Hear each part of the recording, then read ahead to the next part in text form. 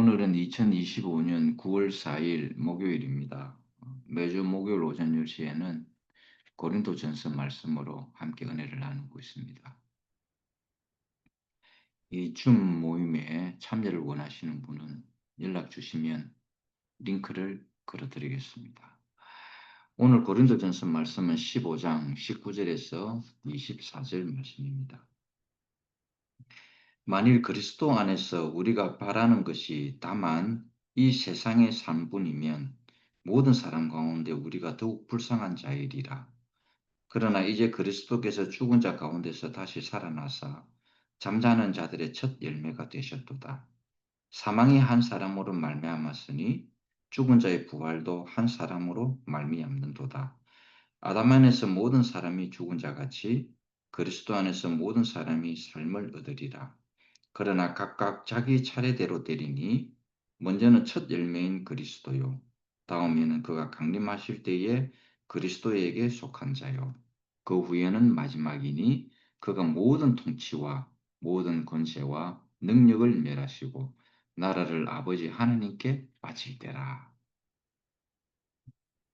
지금 그리스도의 부활에 대하여 함께 은혜를 나누고 있습니다. 결론적으로 말씀드리면은 그리스도의 부활은 우리의 영생불사가 아닙니다. 우리의 영생불사 때문에 그리스도의 부활이 일어난 것이 아니라 하나님의 경륜의 목적을 완성시키기 위해서 하나님께서 그리스도를 부활시킨 것입니다. 그러니까 목적이 인간에게 둔 것이 아니고요. 하나님 자신에게 목적이 있다 이 말인 것입니다. 왜 사람들은 자꾸 자기 중심으로 생각하느냐 하면 그 근원이 선악과 때문에 그렇습니다. 선악의 지식을 먹게 되면 사람은 독립적이 되어버립니다. 하나님의 나라와는 상관없이 일단은 내가 잘 돼야 된다. 내가 구원받고 볼 일이고 내만 천당 가면 돼 하는 개념이 생기게 됩니다. 그러나 하나님의 부활하고 그리스도의 부활하고는 아무 상관이 없습니다. 왜냐하면 선악의 지식에서 나오는 생각이기 때문에 그렇습니다. 그래서 그리스도의 부활의 목적은 하나님의 최종적인 하나님의 경륜에 하나님의 나라를 이루기 위해서 하나님의 자신의 나라를 이루기 위해서 그리스도를 부활시켰다 하는 것입니다. 그래서 여러분이 이 부활에 대해서 오해하지 않기를 바라겠습니다. 한 사람, 아담이 선악과를 먹었는데 우리에게 죄가 들어왔다 했습니다. 그런데 사람들이 아직도 죄가 뭔지를 모르고 있는 거예요. 자신의 입장에서, 사람의 입장에서 자꾸 죄를 생각한다 이 말입니다. 예를 들면은 양심적으로 어떤 어긋난 행동이라든지 율법적으로 어긋난 행동이라든지 아니면 도덕적으로 어긋난 행동이라든지 그런 것들을 사람들이 죄라고 생각을 하는 거예요. 그건 사람들이 생각하는 죄입니다.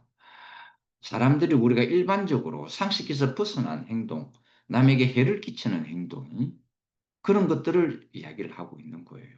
그건 사람의 입장에서 생각하는 죄입니다. 이것도 참 나쁜 것이죠. 이런 일을 해서는 안 됩니다.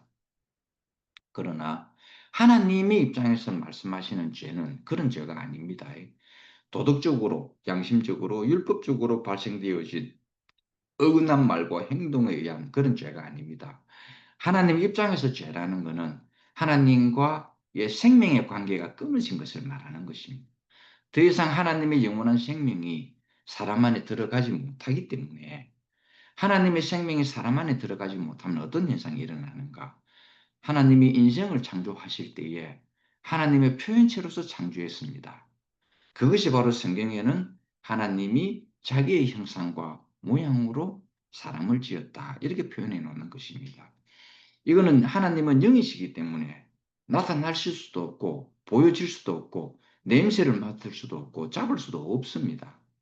그런데 이 하나님의 갈망이 결국 사람이라는 형상으로 나오게 됐다 이 말인 것입니다. 즉 인생은 하나님을 표현하기 위해서 지어졌다라는 것입니다.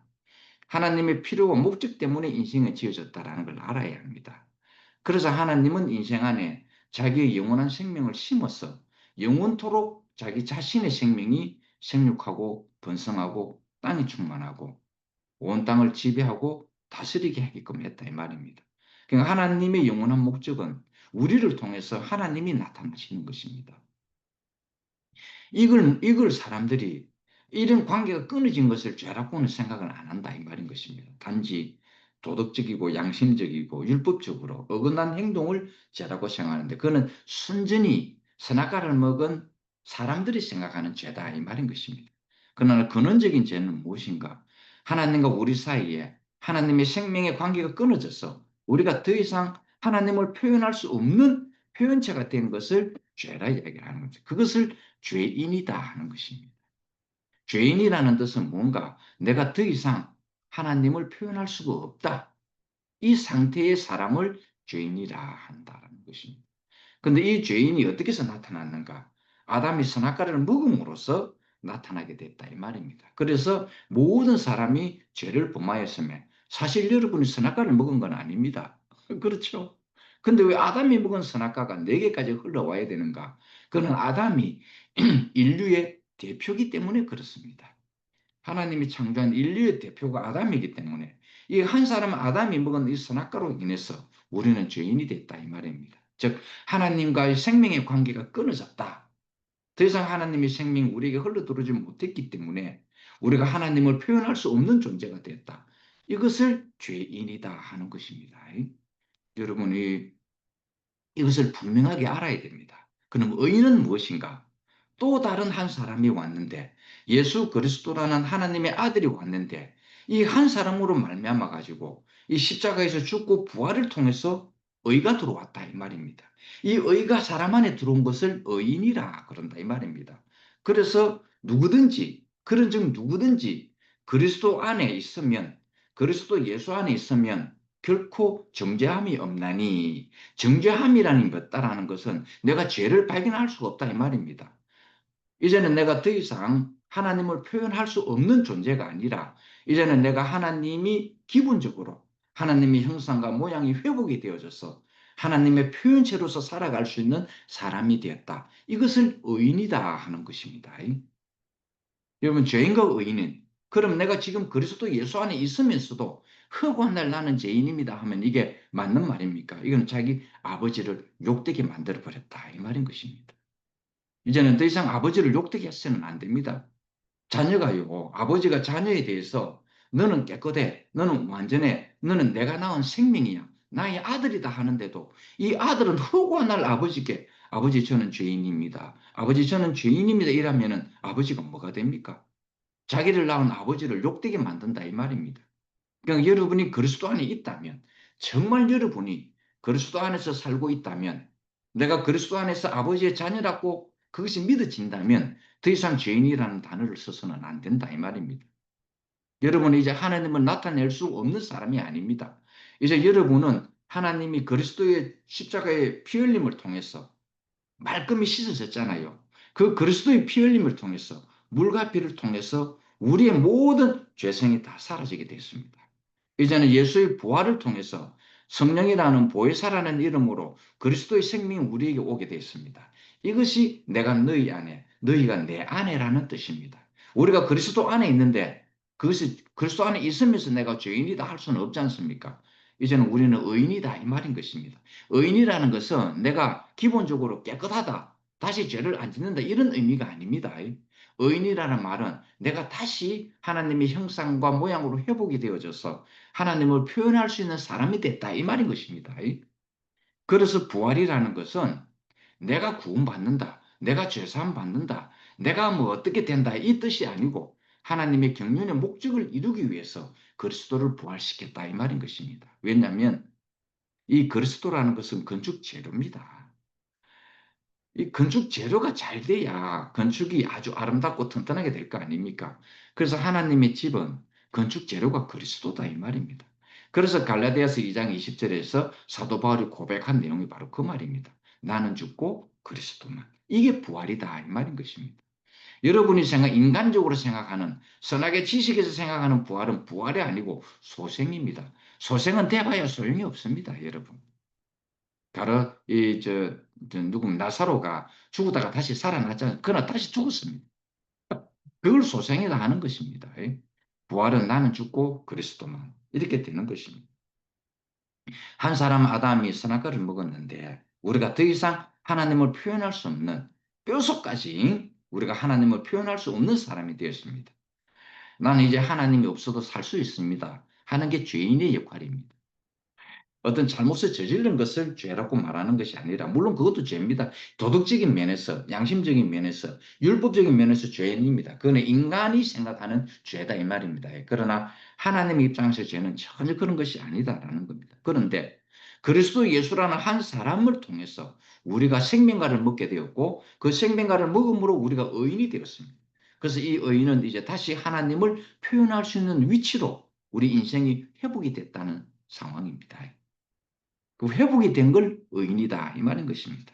그래서 우리는 뼛속까지 이 생명과가 골골이 들어가서 하나님을 표현할 수 있게 되는 것입니다.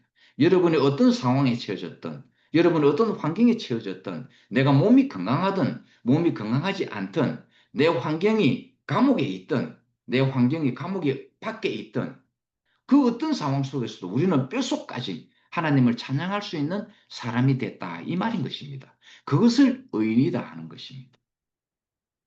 그래서 여러분이 이런 개념 자체가 사람의 개념에서 나오는 죄인과 의인이 아니라 하나님의 관점에서 하나님의 입장에서 보여지는 그런 죄인과 의인으로 여러분이 이 개념 자체가 확 바뀌지 않으면 안 된다 이 말인 것입니다. 십자가는 우리를 완전히 죄인과 의인을 완전히 갈라놓는 것입니다. 죄와 사망의 법과 생명과 성령의 법을 완전히 갈라놓는 그 갈림길이 바로 십자가다 이 말인 것입니다.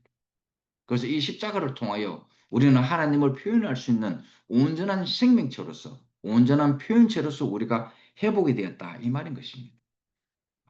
우리가 원래 하나님이 인생을 지으실 때 자신의 형상과 모양으로 지었잖아요. 그것이 바로 우리의 인생의 원초입니다. 창세기 1장과 2장이 바로 우리의 원초다 이 말인 것입니다. 아담과 하와가 선악과를 먹은 것은 이제 심판을 받았습니다. 예수 그리스도의 십자가를 통해서 완전히 심판받았습니다. 그래서 그리스도 예수 안에 있는 자에게는 결코 정죄함이 없나니 이전 것은 지나갔으니 보라 새 것이 되었도다. 새 피조물은 이제 의인이 됐다 이 말인 것입니다. 새 피조물이라는 것은 하나님의 형상과 모양으로서 하나님을 온전하게 표현할 수 있는 그런 존재적 회복이 됐다 이 말인 것입니다. 예레미야서에서 분명히 이야기했죠. 내 법을 저들 속에 심어주겠다. 그것이 예수 그리스도를 통하여 나타나 버렸다 이 말입니다. 우리는 그 말이 무슨 말인지 몰랐습니다. 이 한 사람이 나타나기 전까지 하나님의 법을 사람 속에 새겨주겠다. 그 사람 안에 새겨주겠다. 저 마음에 새기겠다는 이 말이 우리는 무슨 말인지를 몰랐습니다. 그런데 예수 그리스도가 딱 태어나고 보니 예레미야 선지자를 통해서 나타나신 이 계시가 바로 이 사람을 말했구나. 이 사람이 하나님의 시로 왔다 이 말입니다. 의인의 시로 왔다 이 말인 것입니다. 그리스도의 시로 왔다 이 말입니다. 의인의 씨를 뿌리면 뭐가 납니까? 의인이 나죠. 여러분이 보리씨를 뿌리면 보리가 나고요. 콩씨를 뿌리면 콩이 나고요. 팥씨를 뿌리면 팥이 납니다. 여러분. 그렇게 나는 것은 당연하지 않습니까? 예수 그리스도는 의인의 씨를 우리에게 뿌리러 왔다 이 말입니다. 이것이. 그래서 이 온전한 이 회복은 뭔가? 예수 그리스도의 십자가의 죽음과 하나님의 부활을 통해서 우리가 심판받아야 할 것은 완전히 다 심판을 받고 하나님과의 관계에서 완전한 회복을 이루었다 이 말입니다. 그래서 우리가 예수가 하신 말씀 그대로 이렇게 이루어진 상황입니다. 예수님은 늘 이런 말씀을 하십니다. 나는 아버지 안에, 아버지는 내 안에, 그리고 나는 너희 안에, 너희는 내 안에 이렇게 했다라는 것입니다. 이것은 완전한 회복을 이야기하고 있습니다. 아버지와 나는 하나다. 그리고 너희와 나는 하나다. 이 말은 곧 아버지와 우리가 하나다 이 말입니다. 이 말은 완전한 위치 회복을 이야기하고 완전한 형상을 회복을 이야기하고 완전한 모양의 회복을 이야기를 하고 있다 이 말인 것입니다. 이제는 더 이상 우리가 죄인으로 살아갈 이유가 없습니다. 콧물을 흘리면서 울고불고 그렇게 하지 마세요. 이제는 영광스러운 아버지를 나타나야 될 아들의 자리라는 것을 여러분 꼭 알아야 하는 것입니다. 아들이 뭔가 아버지의 영광을 드러내는 실제적인 존재를 이야기하고 있습니다. 여러분은 하나님의 아들 맞죠? 그렇죠? 여러분은 하나님 아들 맞지 않습니까? 하나님의 아들이라 하면서 교회 가가지고 허구한 날 저는 죄인입니다 한다면은 그 아들이 아니죠. 죄인은 아들이 될 수가 없습니다. 종입니다. 종. 여러분. 아들이라 하면 아버지의 영광을 드러내기 위한 실체적 존재를 이야기하는 것입니다. 바로 아들이 아버지의 형상과 모양이잖아요. 그렇죠? 그래서 여러분 더 이상 사탄에게 속지 않기를 바라는 것입니다. 인간 본연의 원위치를 회복했다 이 말입니다. 이 완전한 위치, 이 온전한 위치를 회복했다. 하나님과의 완전한 관계가 회복이 된 상태를 이야기하고 있습니다. 이것이 아들 예수 그리스도의 십자가의 피 흘림과 부활을 통해서 이루어지게 된 것입니다. 이제는 우리가 늘 생명다를 먹게 되었습니다. 제가 지난 시간에도 이야기했지 않습니까? 요한계시록에는요, 예루살렘 성에는요, 새 예루살렘 성에는 선악을 알게 하는 지식의 나무가 없습니다. 그건 이미 끝났다 이 말입니다. 이제는 그 안에는 생명나무의 열매만 맺는 생명나무만 있다 이 말인 것입니다. 그것을 우리는 계속 먹고 마십니다. 먹는 겁니다. 그래서 목마른 자도 오라. 값없이 와서 마시라. 원하는 자는 누구든지 다 와서 이 생명 과실을 먹고 이 생명수를 먹고 마시라 하는 것입니다. 그 안에는 더 이상 새 예루살렘성 안에는 더 이상 선악을 알게 하는 지식의 나무가 없습니다. 사탄이 멸족되었기 때문에 그렇습니다. 이미 무저행 속에 들어갔기 때문에 이제 우리는 어떤 사람인가? 새 예루살렘성을 완성시켜져 가는 사람입니다. 하는 것을 꼭 우리는 알아야 한단 말입니다. 하나님의 법, 이 말씀이 바로 우리 사람들 속에 새겨지게 된 것입니다. 그래서 그리스도 예수 안에 있는 자는 이제는 결코 정죄할 수 없는 죄인이 아니라 의인이다 이 말인 것입니다. 그래서 우리 주님은 구속의 창시자가 됐다 이야기하잖아요. 구속이라는 단어는 뭐냐 하면 우리의 위치가 회복됐다. 사람의 입장에서는 위치가 회복된 것이고 하나님의 입장에서는 이제 주인이 내가 너희의 주인이다 하는 뜻입니다. 선악과를 먹고 우리가 사탄이 우리의 주인이 되었습니다. 그러나 예수 그리스도의 피 흘림을 통해서 부활을 통해서 이제 우리의 주인이 다시 하나님으로 바뀌었다 이 말입니다. 이게 구속의 원뜻입니다. 주인이 바뀌었다라는 겁니다. 주인이 바뀌었다. 주님이 우리의 주인인데 우리가 더 이상 어떻게 죄 속에서 살 수 있겠습니까? 우리의 위치가 죄와 사망의 법 아래에 있던 우리의 위치가 생명과 성령의 법 아래로 위치가 옮겨졌는데 거기에는 죄라는 자체가 없는 것입니다. 죄성이라는 자체가 없다 이 말입니다. 그 사람들이 질문하대요. 이번에 그 순회할 때에 이 문제가 떠올랐습니다. 뭐 니 그렇게 뭐 의인이라 하면서 죄사함을 받았다면서 너 화를 안 내느냐? 싱질 안 내느냐? 막 그런 질문이 나왔어요. 이거는 그런 차원이 아닙니다, 여러분. 아니, 사람이 감정이 있고, 감성이 있고, 지정가 있는데 왜 화가 안 납니까? 당연히 화나죠.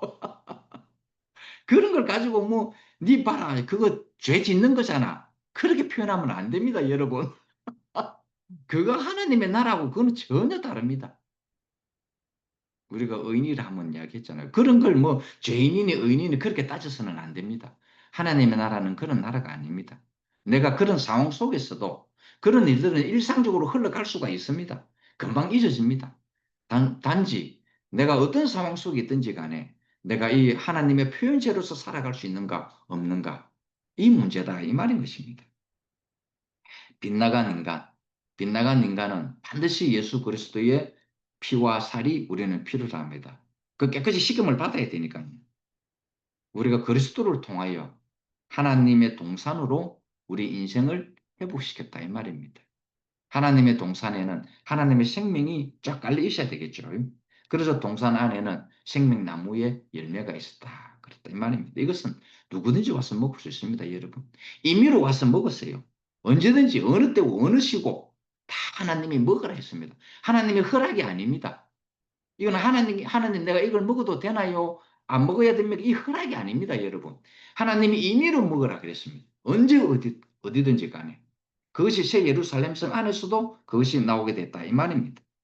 그래서 예수를 통하여 우리는 다시 우리의 주인이 하나님으로 바뀌어지게 되었고 우리의 모든 형상과 모양이 하나님을 표현할 수 있는 원위치로 우리가 회복이 됐다 이 말인 것입니다. 그래서 여러분은요 그리스도 안에 있으면은 영원히 생명 과실만 먹게 됩니다. 아시겠죠? 그리스도 예수 안에 있으면서도 선악과를 먹을 수는 없습니다. 여러분. 그래서 새 예루살렘성 안에는 오직 생명가시만 있다 이 말입니다. 예수 그리스도의 피 흘림과 부활을 통해서 우리는 인생으로서의 원위치를 회복했습니다. 하나님이 원하시고자 하는, 하나님이 목적하시고자 하는 그 원위치로 우리 인생이 완전히 회복되었습니다. 사도들이 있잖아요. 우리 12사도들이 있죠. 십자가에서 이 모든 것들을 다 봤습니다. 그러다 도망가는 바람에 사도 요한만 예수가 옆구리에 창이 찔리면서 물과 피를 흘리는 그 광경을 사도 요한만 봤습니다. 거기에 엄마 마리아와 그 다음에 막달라 마리아가 있었어요. 이 세 사람은 끝까지 봤습니다. 예수를 떠날 수가 없었습니다. 그 모든 광경을 다 봤습니다. 그래서 여러분 요한복음은요. 이 사도 요한이 적은 이 요한복음은 이거 사도 요한은 그물을 깁는 그 직업이 그물 깁는 거거든요. 그만큼 예수를 끝까지 봤기 때문에 아주 세세하게 잘 표현되어 있습니다. 네, 세 가지 마태, 마가, 누가복음하고는 또 다릅니다. 요한복음은요. 아주 예수의 가장 깊은 부분까지 건드려진 그 표현이 요한복음입니다. 그래서 이 예수의 십자가의 죽음을 봤기 때문에 사도 요한은 그 죽음 안에서 자기의 모든 것이 끝난 것을 봤습니다. 다른 제자들은요, 다 도망갔습니다.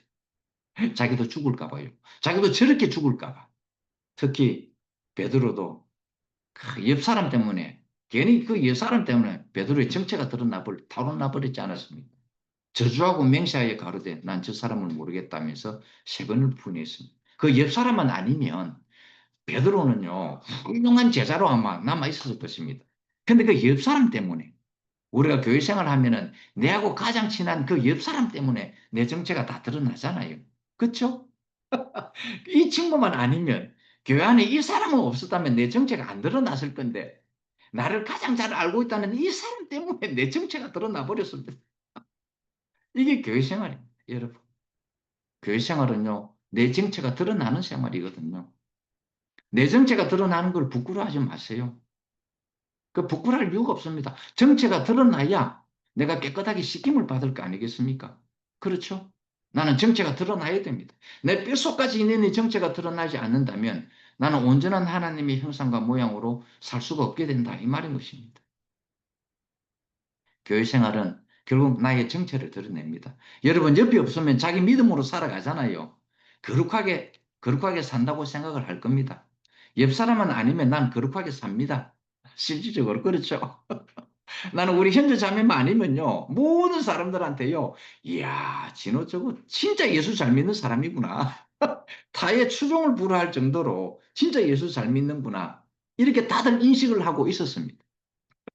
왜냐하면 그런 사람들은 내가 한 번씩 가서 말씀하고 그리고 또 근엄한 모습으로 그렇죠. 깨끗한 모습으로 보여주니까 다들 그런 인식을 하고 있지 않겠습니까? 그런데 내 옆에 사는 이 자매를 통해서 내 정체가 완전히 드러나는 거예요. 지금 말로 밑창까지 똥창까지 다 드러났습니다. 여러분 미안합니다. 우리는요 교회 생활하면 이 옆사람 때문에 내하고 가장 친하다는 이 사람 때문에 예수는요 자기 제자에게 버림을 받았습니다. 한 제자는 예수를 팔아먹기까지 했습니다. 누가 예수를 팔아먹겠습니까? 가장 나를 잘 안다는 사람입니다. 그 사람을 통해서 모든 것이 다 드러납니다. 교회 생활은 이래서 즐거운 생활입니다. 나의 이렇게 막 밑차까지 드러난다고 수치스러워할 필요가 없습니다. 분명히 이거는 수치스러운 일 맞습니다. 부끄러운 일 맞습니다. 그러나 그것이 드러나야 내가 깨끗함을 받을 수가 있고 온전한 하나님의 형상과 모양이 된다라는 것입니다. 오늘 우리는 그리스도 안에 있지 않습니까? 그리스도 안에 있다면 내가 내 형제를 정죄할 수가 없습니다. 이 사람은 이렇고 저 사람은 저렇고 내가 저 사람 참 잘 아는데 저 사람은 원래 저래. 저는 그런 이야기 안 듣습니다. 저는 그런 이야기는 이미 끝난 사람입니다. 내 앞에서 그런 이야기 안 해도 됩니다, 여러분. 이미, 이미 다 옛것이잖아요, 그것은요. 이미 그것은 다 옛것입니다. 오늘 이 세 사람을 봐야 됩니다. 오늘 현재 이 세 사람을 봐야 되는 거예요. 제가 여기서 학년 누님 이름을 자꾸 들먹여서 미안한데, 우리 황현느님요, 옛사람 아닙니다, 여러분. 정말 온전하게 주님의 성품, 그리스도의 장성한 분량에 이르도록 조성되어진 분입니다. 제가 이번에 가서 사실 큰 절을 올렸습니다. 제가 꼭 하고 싶었거든요. 내가 올라가면 반드시 내가 황현두님 앞에 큰 절을 올릴 거다. 그 마음으로 올라갔거든요. 그래서 같이 간 형제들도 응급길에 우리 누님 앞에 다 큰 절을 했습니다. 왜냐하면 그 인격에, 그 성품에 황현두님을 보면 항상 어머니가 생각이 났어요. 제 어머니가. 이제는 제가 어머니 앞에 절을 할 수는 없지 않습니까? 어머니가 돌아가셨기 때문에. 어, 그래서 어머니가 생각이 나서 황현우님의 그 성품에 또 반해서 이렇게 큰 절을 올리게 되었습니다. 참으로 감사한 일이죠. 우리가 이 그리스도를 만나면 조성되지 않을 수 없습니다. 그리스도의 형상과 모양으로 그 성품까지 조성이 안 될 수가 없다 이 말인 것입니다. 사도들은 십자가에서 자신들이 끝나는 걸 봤습니다. 예수의 끝남을 봤지 않습니까? 그 능력이 끝나는 것도 봤습니다. 한 피조물로 돌아가는 그 상태를 봤다 이 말입니다. 아, 피조물의 상태가 저 상태구나. 어찌할 수 없는 십자가에 못 박힌 저 상태가 바로 피조물의 상태구나. 바로 저 모습이 우리의 모습이구나. 우리의 옛것이 끝나는 상태구나 하는 것을 말하는 것입니다. 선악과의 지식으로 부풀려진 우리를 다시 흙의 자리로 되돌려진 자리가 바로 그 십자가의 자리입니다. 저 십자가 안에서 우리는 그 원형이 나타나게 되어 있다 이 말입니다. 우리는 얼마나 많이 가렸는지 모릅니다. 그 선악의 지식을 통해서 우리는 가리고 또 가렸습니다. 휘장을 치고 또 휘장을 치고 또 휘장을 쳤습니다. 그런데 저 십자가의 자리가 발가벗겨진 상태가 되었습니다. 우리의 원형의 자리로 우리를 되돌려 놨다 이 말인 것입니다. 이 원형의 자리로 되돌려 놓으면 부끄러움이 아니거든요. 왜? 우리 인생이 지어질 때에 벌거벗어서나 부끄럽지 아니하더라 하는 이 자리가 바로 우리 원형의 자리입니다. 십자가가 우리의 원형의 자리로 되돌려 놨다 이 말인 것입니다. 원래 그 원형의 자리라는 것은 곧 하나님이 우리를 창조하신 그 원위치의 자리, 그 근본의 자리로 우리를 다시 되돌려 놨다 이 말인 것입니다. 예수께서 부활하신 이후에 다 떠나가 버린 십자가 앞에서 다 떠나가 버린 사도들을 한 사람 한 사람 찾아왔습니다. 그러고는 다시 부활한 자신의 모습을 보여주게 됐습니다. 알아봤죠. 그런데 아무도 부활한 예수를 알아보지 못했습니다. 여러분 교회 생활할 때에 부활한 형제를 여러분이 알아볼 수 있을 것 같죠? 처음에는 못 알아보립니다. 왜냐하면 옛날 그 상태로 인식되어진 그 형제만 생각이 나니까 새로운 형제를 딱 바라보면 우리는 깜짝깜짝 놀랍니다. 저 사람이 그 사람 맞나? 처음에는 못 알아봅니다. 그러나 그 그리스도의 성품이 계속적으로 드러날 때에 그 형제를 딱 바라보면 저 사람이 바로 부활한 형제구나 하는 것을 우리는 알게 된다 이 말인 것입니다. 엠마오로 가는 길에 두 제자는 예수를 봤지만 예수를 못 알아봤습니다. 여러분 이게 가능한 일 같습니까? 3년을 같이 살았던 예수지 않습니까? 단 2박 3일 동안 금요일 저녁에서 일요일 아침에 부활한 이 예수, 단 2박 3일 동안 있었던 못 봤던 이 얼굴을 그 3년 동안 다녔던 제자들이 이 예수의 얼굴을 못 알아봤다는 게 여러분 말이 됩니까? 치매가 걸리지 않는 이상 다 알아봅니다. 안 그렇겠어요? 3년 동안 본 얼굴이잖아요. 그런데 부활한 이 예수를 알아봤다 이 말입니다. 이건 완전한 새 사람이 됐다 이 말입니다. 온전한 새 사람이 되었기 때문에. 그래서 우리도 가끔 어떤 사람이 옛 인식 속에 있는 그 형제가 부활한 형제가 딱 되었을 때에 우리가 못 알아보는 경우가 바로 이런 경우다 이 말입니다. 어? 저 자매 저 옛날에는 안 저랬는데 성질도 더럽고 날카롭고 직선적이고 남에게 굽히지 않는 그런 자매였는데 근데 어느 날 딱 보니 그것이 다 옛것이 다 떠나간 거예요. 완전히 새 사람이 돼서 나타나서, 저 자매 맞나? 하는 그 상태다, 이 말입니다. 이 부활한 상태를 못 알아보는 게 바로 그 상태다, 이 말입니다. 그런데 예수께서 다시 찾아와가지고 물고기에 잔을 다, 잔을 준비하면서, 밥상을 준비하면서 여기 와서 먹어라 하니까 제자들이 다 알아봤다 했어. 신기하지 않습니까, 여러분? 주님은 우리에게 찾아옵니다. 우리는 늘 주님을 떠나지만은 부활한 예수는 우리를 떠나지 않는다 했지 않습니까? 예수께서 승천하시기 전에 분명히 약속했죠. 내가 세상 끝날까지 너희를 떠나지 않아야 할 것이다. 우리가 함께 한다. 이 말인 것입니다. 이게 바로 주님입니다. 왜 주님은 제자들 떠나간 이 제자들을 찾아오셨는가? 자신의 부활 생명, 새 생명을 주시려고 우리에게 찾아왔습니다. 왜 주님은 우리에게 새 생명을 주겠습니까? 하나님 나라를 이루게 하시려고요. 새 예루살렘 성을 이루게 하시려고 그랬다라는 것입니다. 예수는 먼저 제자들을 부르기 전에 생선을 먼저 구워서 잔을 이렇게 찬을 잔치상을 먼저 준비해놨다 이 말인 것입니다. 그리고는 물고기와 떡과 물을 주시면서 그것을 먹는 순간에 제자들의 눈이 다시 놓여졌습니다. 그래서 그리스도를 이렇게 알아봤다라는 것입니다. 그리스도의 부활은 이렇게 우리에게 다가옵니다. 여러분, 우리는 주님을 잊을 수는 있지만 주님은 우리를 절대로 잊을 수가 없습니다. 왜? 하나님 나라를 완성시켜야 하기 때문에 주님은 끝까지 우리에게 오시고 또 오십니다. 그래서 요한계시록 마지막 말에 나오는 말 있죠. 주 예수여 오시옵소서. 이겁니다. 주 예수가 오는 것이 우리에게 은혜다 이 말입니다.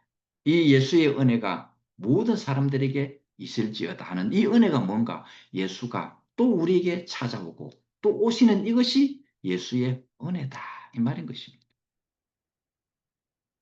새 생명이 물고기와 함께 예수의 떡과 함께 먹는 순간에 그들 속 가장 깊은 곳에 가장 깊은 그 마음속에 주님의 부활 생명이 심겨지기 시작했다라는 것입니다.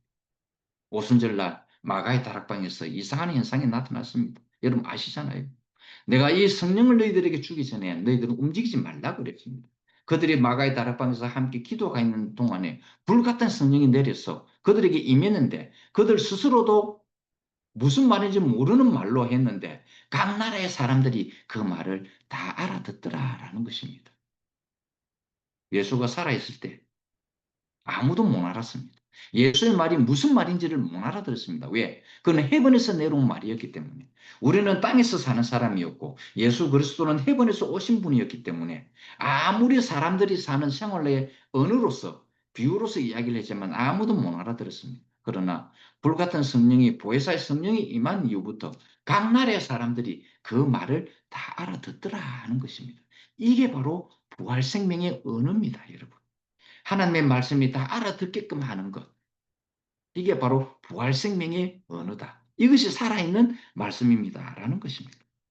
부활이라는 것은 정말 우리 지식으로서는 선악의 지식으로서는 알 수 없습니다. 이건 이해할 수가 없는 말이거든요. 그런데 이상하게 그날 사도들은 그것을 체험했습니다. 그 엄청난 변화를 체험했는데 있을 수 없는 현상이 생겼다 이 말입니다. 각 나라의 사람들이 저 말이 무슨 말인지를 알아들었다라는 겁니다. 이 말은 뭐리가십니까? 하나님의 나라가 임했다 이 말인 것입니다. 다 알아들을 수 있도록 임했다 이 말인 것입니다. 그래서 이게 이 전대미문의 이 사건을 통해서 교회가 발생되기 시작했습니다. 그래서 그리스도의 부활은 다른 목적과 이유가 있는 게 아닙니다. 그리스도의 부활은 오직 하나님의 나라, 교회의 탄생을 위해서, 새 예루살렘 성의 완성을 위해서 그리스도가 부활됐다 이 말인 것입니다. 그래서 이 교회, 새 예루살렘 성을 위해서 예수님은 부활하셨고 부활하신 이 주님은 제자들에게 찾아오게 됐다라는 것입니다. 많은 사람들이 오해하고 있습니다. 부활을 마치 인간들의 영생 불사의 소망을 실현시켜 주기 위해서 예수께서 부활하셨다라고 생각하죠. 절대 그거는요. 진짜 그 얄팍한 일차적인 동물적인 그 일차적인 생각뿐이다 이 말인 것입니다. 선악과를 먹은 사람들의 생각은 그 수준밖에 안 된다 이 말입니다. 부활을 마치 인간의 영생불사를 위한 소망의 실현으로 생각을 하고 있다 이 말입니다. 그게 아니에요. 부활이라는 것은 하나님 나라를 이루기 위해서 하나님께서 그리스도를 부활시킨 것입니다. 하나님의 자신의 나라를 이루시려고 하나님의 경륜의 목적을 이루시게 하려고 하나님은 자기 아들을 그리스도로 부활시켰다 이 말인 것입니다. 그래서 오늘 주님의 이 부활은 너무너무나요 역사적인 것이고 너무너무나 우리에게 아름다운 모습이다 이 말인 것입니다. 오늘 이 바울은요, 이 능력, 하나님의 나라가, 교회라는 것은 부활한 그리스도의 증거입니다, 여러분. 그러니까 이 교회를 보고서도 그리스도가 부활했니, 안 했니, 그런 것에 기말려서는 안 됩니다. 이 교회 자체가 바로 그리스도께서 부활하신 증거다, 이 말인 것입니다. 그래서 이 바울은 이 부활의 능력을 알려주려고요, 날마다 이야기를 하는 것입니다. 그래서 바울은 나는 날마다 죽노라 하는 이 단어를 쓴 것은 뭔가, 나는 날마다 사노라 이 말하고 똑같다 이 말입니다. 새 생명으로 부활해서 산다 이 말인 것입니다. 오늘 이 부활을 통해서 예수 그리스도의 이 하나님의 나라는 더 확장되고 더 발전하고 완전하게 나아가게 될 것입니다. 그리스도의 부활은 오직 하나님 나라의 목적, 하나님의 경륜을 실행시키기 위해서 그리스도께서 부활하셨다라는 것입니다. 내 개인 때문에 있는 게 아닙니다. 여러분, 나의 개인의 목적을 이루려고 부활이 있는 것이 아니라 하나님 나라의 목적을 이루려고 하나님은 이 예수를 그리스도로 부활시켰고 이 그리스도의 새 생명을 우리에게 다 부어줬다 이 말인 것입니다. 오늘 우리는 어디에 있든지, 여러분 어떤 모습으로 있든지 이제 하나님을 표현해낼 수 있는 온전한 사람이 됐습니다. 하나님을 표현하는 온전한 사람을 의인이다 하는 것입니다. 오늘 주 예수 그리스도 안에 있는 모든 사람들에게는 이 의인의 삶을 통해서 하나님이 나타나게 될 것입니다. 우리를 의인으로 만들어 주신 이런 주님을 영원히 찬양합니다. 할렐루야. 아멘. 네.